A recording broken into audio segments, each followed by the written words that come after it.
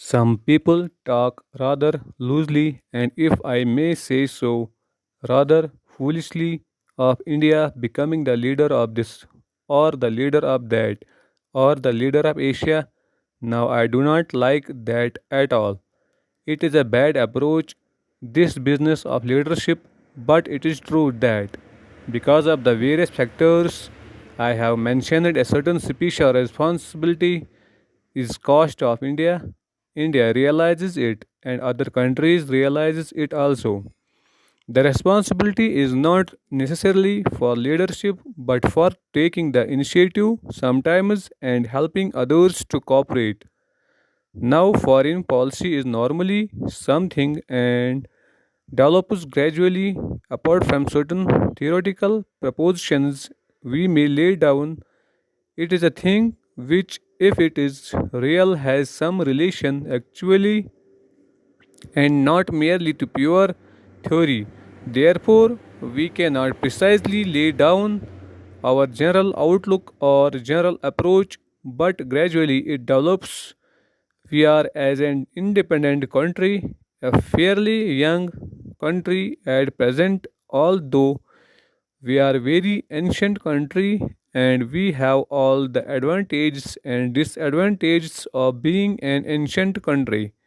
Nevertheless, in the present context of foreign policy, we are a young country and therefore our foreign policy is gradually developing, and there is no particular reason why we should rush in all over the place and show something that comes in the way of this gradual development.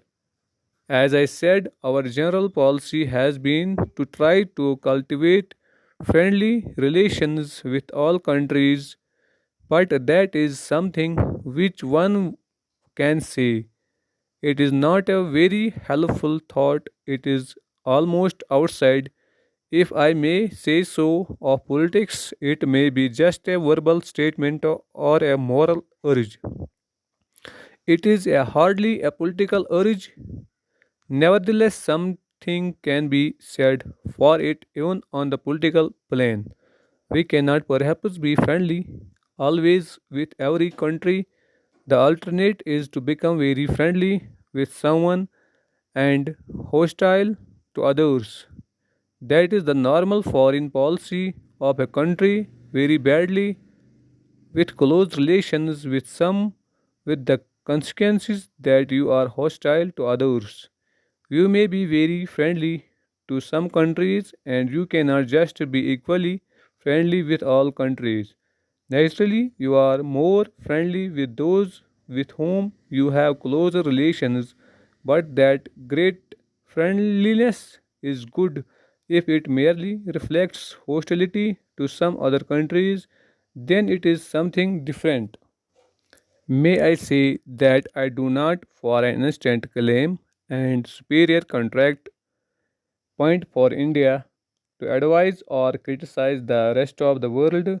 I think we are merely trying not to get excited about these problems, and anyhow, there is no reason why we should not try. It follows, therefore, that we should not align ourselves within what are called power blocks.